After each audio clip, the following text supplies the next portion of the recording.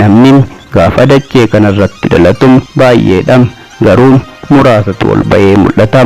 Kun erga gara dachee kanaatti dhufeen ifaajeen dhama'een turtii xiqqoo dachee kanarra jiraatu keessatti waan gaariin saba isaatiif gumaachee darba. Kun immoo hanga dachee kana irratti maaliif akka dhufe irraanfachuutti gaheen jireenya isaa lafa kana irratti dabarse keessatti bu'aa tokko malee addunyaa kanarraa godaana. Namoonni turtii lafa kana irratti dabarsaniin waan gaarii saba isaaniitiif gumaachanii darban maqaan isaanii kan dagatamu osoo hin taane siidaa ta'in sammuu namaa keessatti hafam.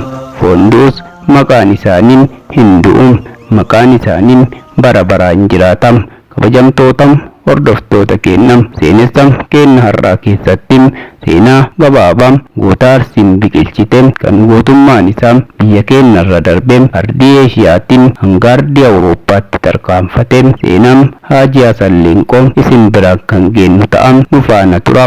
Qabsaa'aa sabboonaa manguddoo fi aalima amantaa kan ta'an Haajii Hasan Leenqoo yeroo dheeraaf dhukkubsatanii yaalamaa erga turaniin sadaasa 26 bara 2021 biyya Noorweey magaalaa Saandineet bakka maatii fi firoottaniin marfamanii jiranitti umrii isaanii waggaa 85tti addunyaa tanarraa du'aan boqotaniiru. Sirni awwaalcha isaanii sadaasa 30 bara 2021 magaalaa Istavaanjar keessatti sirna shariyaa islaamaatiin raawwatameera. Sirna awwaalchaa kana irrattis hawaasni Oromoo naannoo adda addaa, hawaasni Noorweey fi biyyoota biroos bakka argamanitti sadarkaa isaan madaaluun gaggeeffameera. Haajii Hasan Leenqoo Oromiyaa godina Arsii Lixaa aanaa Shaashamannee Faajjii Goolee bakka jedhamtutti maatii qotee bulaarraa Ammajii 7 bara 1936 kan dhalatan yoo ta'u guddinni isaanii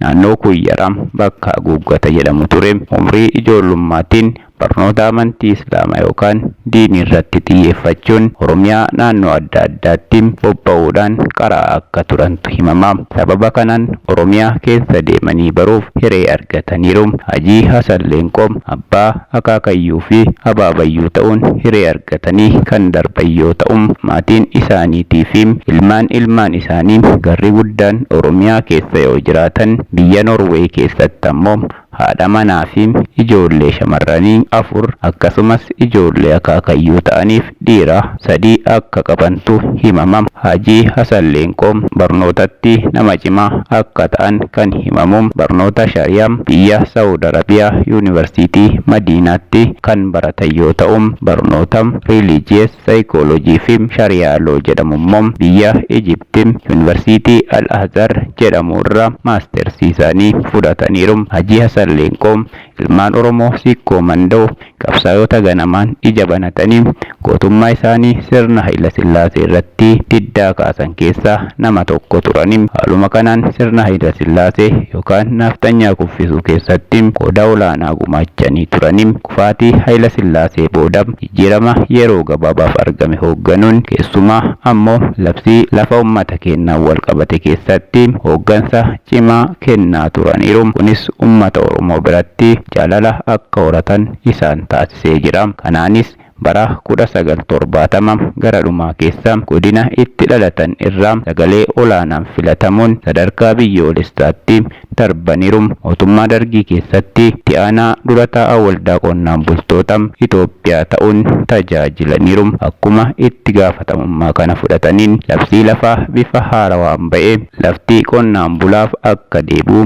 kutannoon hojjetaniiru. Irrattis milkaa'aniiru. Hojii isaanii kanaaf saba Oromoo callaa otoo taaniin sabaa fi sablammoota impaayera Itoophiyaa biratti dinqisiifannaa argatanii turaniin bara hojii isaanii keessatti sababa hojiitiif jecha hiree biyyoota akka Kuubaa, Filiippiinsii fi kan kana fakkaatan deemanii turaniin barnoota biyyoota akka Saawud Arabiyaa fi Ijipti deemuufis hiree akka argatantu himama. Sirna Dargii keessatti haa hojjetan malee olaantummaan naftanyoota hidda gadi fageeffatee waan tureef dimokiraasii dhugaa fi sabaa fi sablammootaaf hawwan fiduu hin dandeenye. Siyaasaan biyyattii akka isaan yaadanitti deemuu dhabuu qofa osoo hin taane qaroowwan Oromoo hubannoo siyaasaa qaban nyaachuu jalqabe. Ilmaan Oromoo ajjeesuun ukkaamsanii dhabamsiisuu fi hidhuun aadaa sirnichaa ta'e itti itti fufuu isaa arganim. Kanaaf hiree argatan hundaan ilmaan Oromoo harka lafa jalaatiin dammaqsuu fi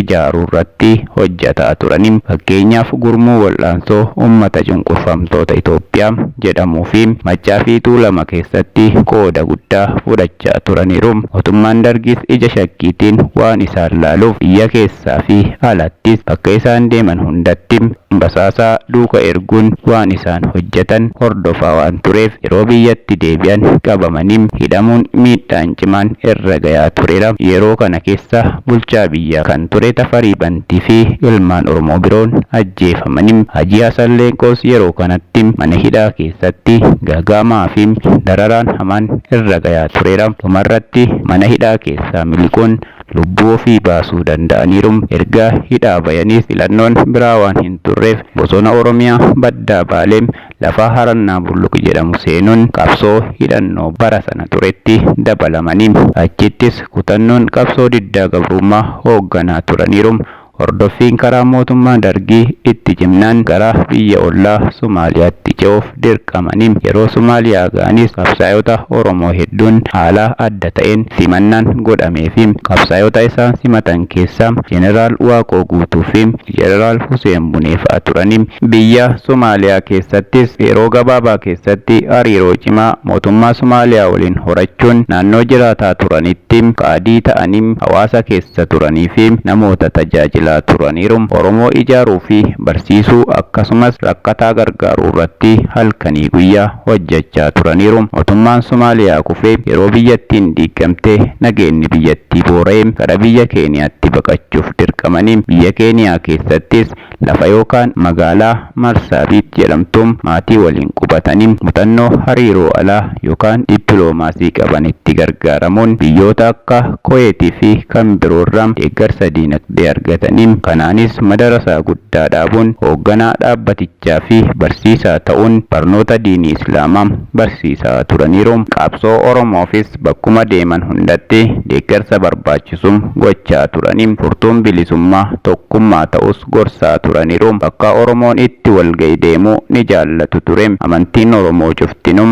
qabeenya Oromooti jechuun kennaaf waldaa amantii kiristaana Oromoo yeroo adda addaatti deemanii hirmaataa turaniiru. Gumaanni isaan qabsoo Oromootiif taasisan mul'ataa waan tureef mootummaan Itoophiyaa kan murna TPLF'n hoogganamaa ture hordoffii basaasaa itti cimsee duuka bu'uun sodaachisaa ture. Daangaa biyya Keeniyaa keessa seenuun namoota Oromoo ciccimoo ajjeesuu fi kaan butanii gara biyyaatti fudhachuun itti fufe. Hajii Hasan Leenqoo bara 1999 fi bara 2000 keessa sodaachisaa fi aggaammii karaa adda addaa irratti taasifameerraa kan ka'e maatii isaanii waliin gara Naayiroobii baqachuuf dirqamanii. Haaluma kanaan UNHCR deemanii kooluu galtummaa gaafatanii. Rakkoon isaanis beekamaa waan tureef mamii tokko malee yeroo gabaabaa keessatti kooluu galtummaa siyaasaa argatanii. Naayiroobii keessattis haalli nageenya isaanii sodaachisaa waan tureef karamaa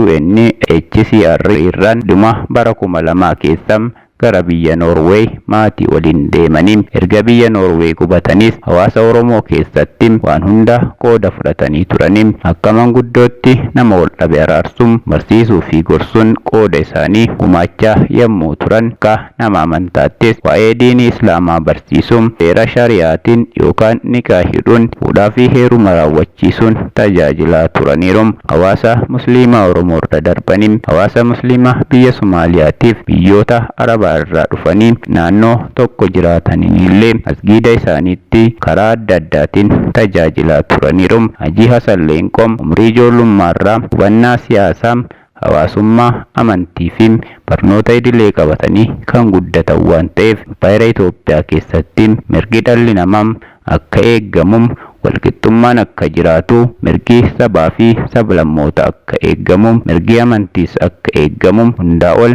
tokkummaan Oromoo akka cimu hojjetaa turaniiru. Ulfina saba ofiitiif qaban irraa kan ka'e ilmaan Oromoo biratti kabajaa fi jaalala guddaa qabu ture. Namoota sabaan Oromoo hin taane biratti kabajaa fi dhageettii guddaa qabu ture. Kanaanis hiriyyootaa fi dinqisiifattoota kumaataman horatanii darbaniiru. Walumaa galatti kallattii hundaan waan silaam ilmi namaa baroota lafa tanarra jiru raawwatuu qabu hundam hojjetaniin addunyaa kanarraa godaananiiru. Maatiin, firoottan dhiyoo fi fagoo, hiriyootam jaallan qabsoo keessa waliin turan akkasumas ilmaan Oromoo hundaaf jajjabina hawwaa. Isaan ammoo nama jaannatam haa taasisu jennam. Dhuma irratti seenam Haji Hasan Leenqoo bifa barreeffaman akkanattiin qindeessee kan dhiyeessan obbo Guddataa Bokiin hawaasa Oromoo biyya Noorwee sirna awwaalchaa irratti argamaniin gaggeessaan kabajaa goota tokkoof malu taasisaniif seenaan isaanii akka barreeffamuuf namoota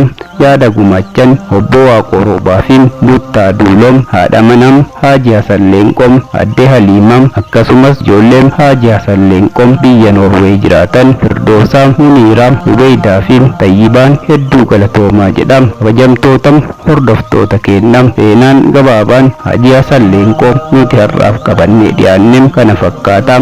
Seenessa birootiin hanga walitti deebinutti nagayaan nuuf tura.